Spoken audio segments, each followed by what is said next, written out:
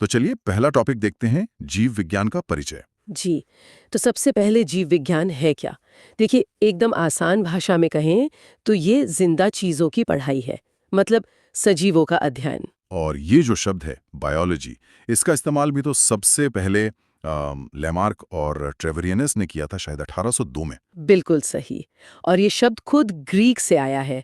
BIOS मतलब जीवन और लोगोस मतलब अध्ययन। तो जीवन का अध्ययन। हाँ, जीवन का अध्ययन। तो फिर ये कैसे तय होता है कि कोई चीज सजीव है भी या नहीं? मतलब सजीवों में ऐसी क्या खास बात होती है? हाँ, देखिए विज्ञान ने इसके लिए कुछ पैमाने तय किए हैं। मुख्य रूप से 6 विशेषताएं हैं जो सजीवों को निर्जीवों से अलग करती हैं। 6? अच्छा जी। पहली है श्वसन यानी रेस्पिरेशन। सांस लेना। हाँ। फिर है वृद्धि यानी ग्रोथ। उसके बाद पोषण न्यूट्रिशन और पाचन मतलब डाइजेशन। ठीक है। पांचवी है उत्सर्जन एक्सक्रीशन। और छठी जो सबसे जरूरी है वो है प्रजनन यानी रिप्रोडक्शन। अगर हम इसे एक उदाहरण से समझें, जैसे पौधे, जी क्या पौधे सजीव हैं? बिल्कुल है। उनमें भी तो वृद्धि होती है, वो प्रकाश संश्लेषण से अपना पोषण लेते हैं जी। और फूलों के जरिए प्रजनन भी करते हैं। लेकिन उनमें उत्सर्जन का क्या मतलब? इंसानों की तरह कोई खास अंग तो नहीं होता? नहीं, अंग नहीं होता, लेकिन उनका तरीका अलग है। वो अपने उत्सर्जी पदार्थ, मतलब जो बेकार पदार्थ हैं, उन्हें अपनी पत्तियों, छाल, फलों या बीजों से बाहर निकाल देते हैं। अच्छा। तो हाँ, पौधे निश्चित रूप से सजीव हैं। तो मतलब अगर हम देखें, मेज निर्जीव है, पौधे सजीव हैं और कॉकरोच वो भी सजीव है। बिल्कुल। अब इतने सारे सजीव हैं तो इनको समझने के लिए विज्ञान ने इन्हें अलग-अलग शाखाओं में बांटा होगा, है ना? हाँ, मोटे तौर पर बायोलॉजी की 2 सबसे बड़ी शाखाएं हैं। कौन कौन सी? एक है जंतु विज्ञान, जूलॉजी, हम्म, जिसमें हम सारे जीव जंतु और इंसानों के बारे में पढ़ते हैं। और दूसरी? दूसरी है वनस्पति विज्ञान यानी बॉटनी, जिसमें सभी पेड़ पौधों का अध्ययन होता है। और परीक्षाओं में तो अक्सर इनके जनक, मतलब फाउंडर्स के बारे में बहुत पूछा जाता है। जी, ये बहुत महत्वपूर्ण है। जंतु विज्ञान के जनक है अरस्तु, यो, एरिस्टोटल। अरस्तु। और वनस्पति विज्ञान के जनक हैं थियोफ्रेस्टस। थियोफ्रेस्टस। अच्छा, और इन्हें जनक क्यों कहा जाता है? मतलब इन्होंने ऐसा क्या खास किया था? देखिए, अरस्तु ने एक किताब लिखी थी, हिस्टोरिया एनिमलियम। हम्म, उसमें उन्होंने लगभग 500 तरह के जानवरों का वर्णन किया था। 500 उस जमाने में? जी। और ठीक वैसे ही थियोफ्रेस्टस ने अपनी किताब हिस्टोरिया प्लांटेरम में लगभग 500 तरह के पौधों के बारे में लिखा। मतलब इन्होंने ही सबसे पहले एक तरह से लिस्ट बनानी शुरू की। बिल्कुल, एक व्यवस्थित अध्ययन शुरू किया। हाँ, और कुछ और नाम भी हैं जो याद रखने चाहिए, जैसे जीव विज्ञान के जनक भी तो अरस्तु ही हैं, है ना? हाँ, अरस्तु को ही बायोलॉजी का जनक भी माना जाता है। और कोशिका विज्ञान, साइटोलॉजी, उसके जनक हैं रॉबर्ट हुक। रॉबर्ट हुक, जिन्होंने कोशिका की खोज की थी। तो किसी भी जीव के शरीर की सबसे छोटी इकाई कोशिका यानी सेल होती है। जी। और जब बहुत सारी कोशिकाएं एक साथ मिलती हैं तो वो ऊतक यानी टिश्यू बनाती हैं। ऊतकों से अंग। ऊतकों के समूह से अंग यानी ऑर्गन, और कई अंग मिलकर बनाते हैं अंग तंत्र, ऑर्गन सिस्टम। और फिर अंग तंत्र से एक पूरा जीव, एक ऑर्गेनिज्म तैयार होता है। सही। और इन लाखों करोड़ों जीवों को समझने के लिए ही उनका वर्गीकरण करना जरूरी हो गया। यहीं से वर्गीकी यानी टैक्सोनॉमी की शुरुआत हुई। बिल्कुल। और आधुनिक वर्गीकरण की नींव रखी कैरोलस लिनियस ने। इसीलिए उन्हें वर्गीकी का पिता या फादर ऑफ टैक्सोनॉमी भी कहते हैं। तो ये टैक्सोनॉमी काम कैसे करती है? इसके क्या चरण होते हैं? इसके 3 मुख्य चरण हैं। पहला है पहचान, आइडेंटिफिकेशन, मतलब किसी नए जीव को पहचानना। ठीक है, पहचान लिया, उसके बाद? उसके बाद है वर्गीकरण, क्लासिफिकेशन, मतलब उसे उसके गुणों के आधार पर एक समूह में रखना, जैसे ये उड़ने वाला है या रेंगने वाला है वगैरह। और तीसरा? तीसरा और सबसे जरूरी, नामकरण, नोमेनक्लेचर, उसका एक वैज्ञानिक नाम रखना। ताकि पूरी दुनिया में उसे एक ही नाम से जाना जाए। एकदम सही। तो ये जो वर्गीकरण के सिस्टम थे, ये भी समय के साथ बदले हैं, है ना? जी। सबसे पहला कौन सा था? सबसे पहले कैरोलस लिनियस ने ही अपनी किताब सिस्टेमा नेचुरी में 2 जगत वर्गीकरण दिया, 2 किंगडम क्लासिफिकेशन। 2 जगत मतलब? उन्होंने दुनिया के सभी सजीवों को सिर्फ 2 बड़े ग्रुप्स में बांट दिया, पादप जगत यानी प्लांटे और जंतु जगत एनिमेलिया। मतलब या तो कोई चीज पौधा है या जानवर। हाँ, बस। पर इसमें जल्दी दिक्कतें आने लगी। इसके बाद आया तीन जगत वर्गीकरण। जी, वो अर्नेस्ट हैकल ने दिया था। उन्होंने पादप और जंतु जगत के अलावा एक तीसरा जगत और जोड़ दिया, प्रोटिस्टा। प्रोटिस्टा, इसमें कौन आते थे? इसमें अमीबा जैसे एक कोशिकीय जीवों को रखा गया, जो न तो पूरी तरह से पौधे थे न ही जंतु। लेकिन जो सबसे महत्वपूर्ण सिस्टम है आज, वो तो कोई और है। हाँ, सबसे आधुनिक और मान्य सिस्टम है R.H. विटेकर का 5 जगत वर्गीकरण, 5 किंगडम क्लासिफिकेशन। और ये परीक्षाओं के लिए सबसे ज्यादा जरूरी है। बिल्कुल। तो ये 5 जगत कौन कौन से हैं? ये है मुनेरा, प्रोटिस्टा, कवक, पादप और जंतु। चलिए, तो इन पांचों जगत को एक एक करके थोड़ा थोड़ा समझ लेते हैं। सबसे पहले मुनेरा। इस जगत में सभी प्रोकैरियोटिक जीव आते हैं। प्रोकैरियोटिक, इसका क्या मतलब हुआ? प्रोकैरियोटिक कोशिका वो होती है जिसमें केंद्रक के चारों ओर केंद्रक झिल्ली मतलब न्यूक्लियर मेम्ब्रेन नहीं होती, सब कुछ खुला खुला होता है। अच्छा, इसके उदाहरण? इसके सबसे अच्छे उदाहरण हैं जीवाणु यानी बैक्टीरिया और साइनोबैक्टीरिया। ठीक है, और दूसरा जगत प्रोटिस्टा? इस जगत के जीव यूकैरियोटिक होते हैं, लेकिन ज्यादातर एक कोशिकीय और जलीय होते हैं। यूकैरियोटिक मतलब जिनमें असली केंद्रक होता है। जी, जिनमें केंद्रक झिल्ली होती है। इसका सबसे अच्छा उदाहरण है अमीबा। हाँ, और इसमें एक बहुत खास जीव भी है, यूग्लिना। उसे तो पादप और जंतु के बीच की कड़ी कहते हैं। बिल्कुल, क्योंकि वो दोनों की तरह व्यवहार करता है। मतलब? जब रोशनी होती है तो वो पौधों की तरह प्रकाश संश्लेषण करता है, और जब अंधेरा होता है तो वो जानवरों की तरह शिकार करता है। अरे वाह, ये तो बहुत दिलचस्प है ना? हाँ। अच्छा, तीसरा जगत है कवक, फंगाई। हाँ, जैसे मशरूम या ईस्ट। हाँ, ये विषम पोषी होते हैं, मतलब अपना भोजन खुद नहीं बनाते। ये तो सड़ी गली चीजों पर उगते हैं। जी, इसीलिए इन्हें मृत जीवी भी कहते हैं। ये मरे हुए कार्बनिक पदार्थों से अपना पोषण लेते हैं। ठीक है, चौथा जगत पादप जगत, प्लांटे। ये तो सीधा है। इसमें सभी तरह के पेड़ पौधे आते हैं जो प्रकाश संश्लेषण करते हैं।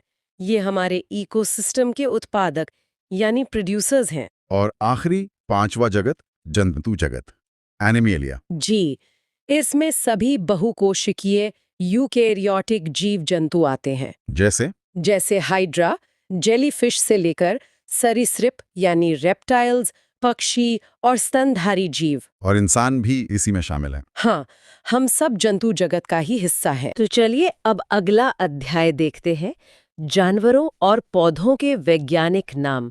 मेरा मतलब सबसे पहला और बुनियादी सवाल तो यही है कि इन मुश्किल से लगने वाले नामों की जरूरत ही क्यों पड़ी? ये सवाल बहुत अच्छा है, क्योंकि यहीं से मतलब सारी कहानी शुरू होती है। आप सोचिए, हम जिसे भारत में शेर कहते हैं, स्पेन में उसे लियोन कहते हैं। जानवर एक ही है पर नाम अलग अलग। तो अगर कोई भारतीय वैज्ञानिक किसी स्पेनिश वैज्ञानिक से बात करना चाहे तो थोड़ी उलझन हो जाएगी। मतलब एक कंफ्यूजन को दूर करने के लिए एक कॉमन नाम जो पूरी दुनिया में चले। बिल्कुल, और इस सिस्टम की जो शुरुआत है वो 18वीं शताब्दी में स्वीडन के एक वैज्ञानिक थे, कार्ल लिनेस, उन्होंने की थी। Karl Linnaeus? हाँ, इसे कहते हैं द्विनाम पद्धति या बाइनोमियल नोमेनक्लेचर, और उन्होंने इसके कुछ कह सकते हैं पक्के नियम भी बनाए। अच्छा, तो ये नियम क्या है? क्योंकि मुझे लगता है परीक्षा के लिए ये बहुत जरूरी हो सकते हैं। हाँ बिल्कुल, मुख्य तौर पर 6 नियम हैं। पहला, सभी वैज्ञानिक नाम लैटिन भाषा में होंगे। पर लैटिन ही क्यों? मतलब कोई और भाषा क्यों नहीं? वो इसलिए क्योंकि लैटिन एक डेड लैंग्वेज, एक मृत भाषा मानी जाती है।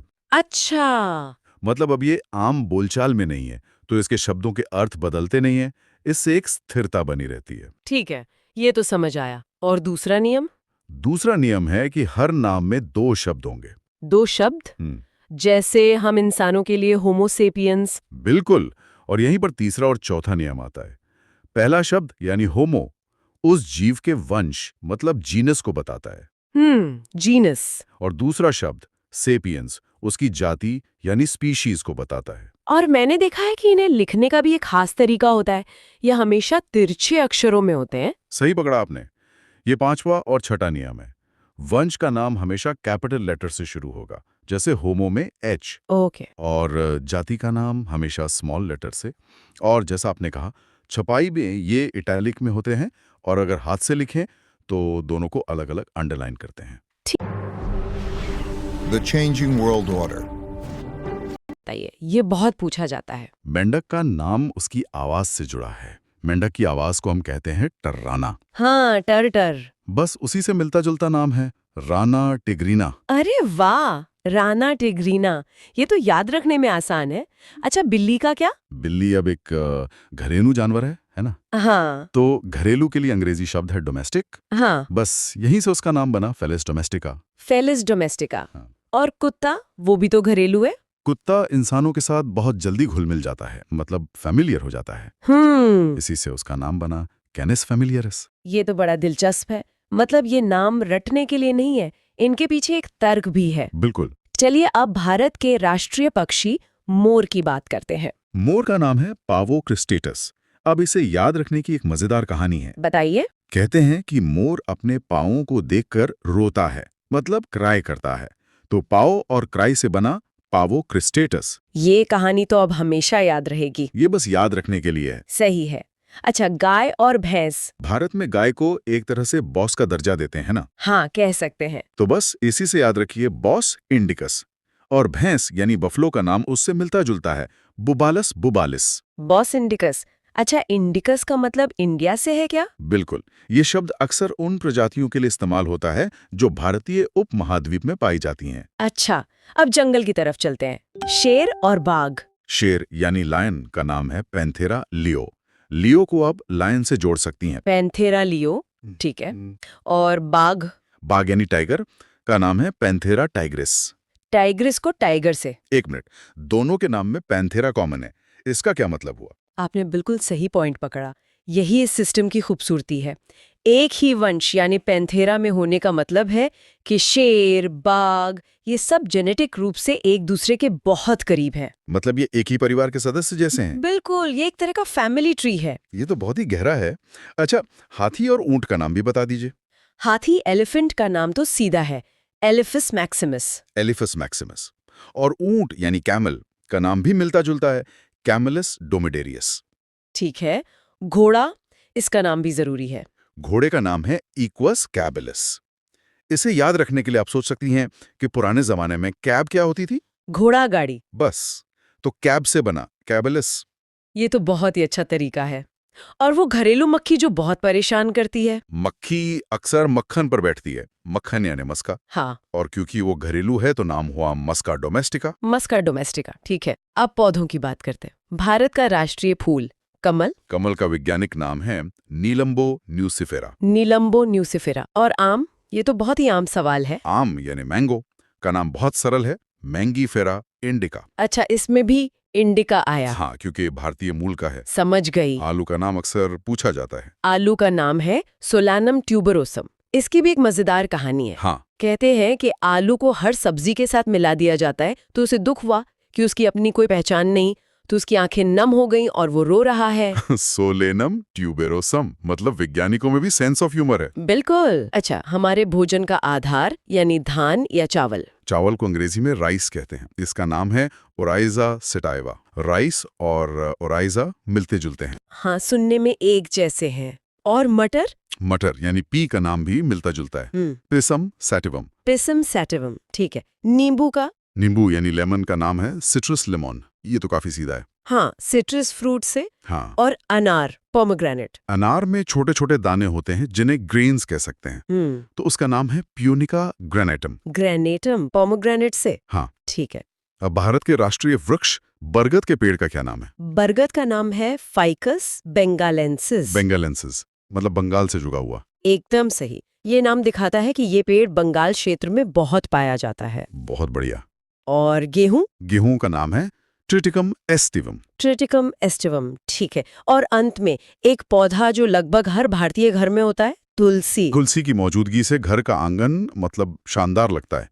शानदार के लिए अंग्रेजी का शब्द है ऑसम। ऑसम। उसी से मिलता जुलता याद रख सकते हैं, ओसिमम सैंक्टम। यहाँ सैंक्टम शब्द का मतलब ही पवित्र होता है, जो तुलसी के दर्जे को बिल्कुल सही बताता है। ठीक है, अब अगला चैप्टर देखते हैं।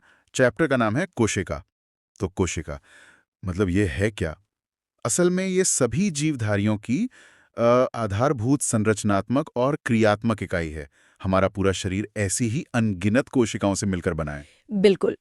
और कोशिका के अध्ययन को साइटोलॉजी कहा जाता है। साइटोलॉजी। हाँ, ये एक बहुत ही महत्वपूर्ण तथ्य है। तो कहानी शुरू कहाँ से होती है? मतलब सबसे पहले किसने खोजा इसे? सबसे पहली खोज हुई 1665 में रॉबर्ट हुक ने की थी, लेकिन उन्होंने एक मृत कोशिका, एक डेड सेल को खोजा था। अच्छा, एक मृत कोशिका, इसीलिए उन्हें फादर ऑफ साइटोलॉजी भी कहते हैं ना? एकदम सही। लेकिन यहाँ एक और दिलचस्प बात है। क्या? पहली जीवित कोशिका मतलब लिविंग सेल, उसकी खोज 1674 में ल्यूवेनहॉक ने की थी। ओह अच्छा, तो दोनों नाम याद रखने जरूरी हैं। मृत कोशिका के लिए रॉबर्ट हुक और जीवित के लिए ल्यूवेनहॉक। जी इसके बाद ही फिर कोशिका सिद्धांत आया होगा, जिसे श्लाइडन और श्वान ने दिया था। हाँ, बिल्कुल। इस सिद्धांत के कुछ मुख्य बिंदु हैं। पहला तो ये कि हर जीव की उत्पत्ति एक कोशिका से होती है। सिर्फ एक कोशिका से? हाँ, और दूसरा, हर जीव का शरीर या तो एक कोशिका का बना है या फिर कई कोशिकाओं का। और तीसरा पॉइंट शायद केंद्रक से जुड़ा है। सही पकड़ा। कोशिका की उत्पत्ति प्रक्रिया में केंद्रक यानी न्यूक्लियस मुख्य भूमिका निभाता है। वही पूरे सेल को कंट्रोल करता है। ठीक है, अब कुछ सबसे महत्वपूर्ण तथ्यों पर आते हैं, जैसे दुनिया की सबसे छोटी कोशिका। वो है माइकोप्लाज्मा। माइकोप्लाज्मा। जी। और सबसे बड़ी कोशिका? शुतुरमुर्ग का अंडा। ये तो काफी आम जानकारी है। जी। अब मानव शरीर की बात करते हैं। मानव शरीर की सबसे छोटी कोशिका कौन सी है? वो है शुक्राणु यानी स्पर्म, जो पुरुषों में पाया जाता है। और सबसे बड़ी? सबसे बड़ी कोशिका है अंडाणु यानी ओवम, जो महिलाओं में पाया जाता है। यहाँ एक और बात पर ध्यान देना होगा। जी। सबसे लंबी कोशिका, क्योंकि बड़ी और लंबी में अंतर है। बिल्कुल। सबसे लंबी कोशिका है तांत्रिक कोशिका, जिसे हम न्यूरॉन भी कहते हैं। न्यूरॉन? हाँ, तो बड़ी और लंबी का ये अंतर याद रखना बहुत जरूरी है। चलिए अब कोशिका के अंदर चलते हैं, इसकी संरचना को देखते हैं। सबसे बाहरी परत से शुरू करते हैं। ठीक है, तो सबसे बाहर होती है कोशिका झिल्ली मतलब सेल मेम्ब्रेन।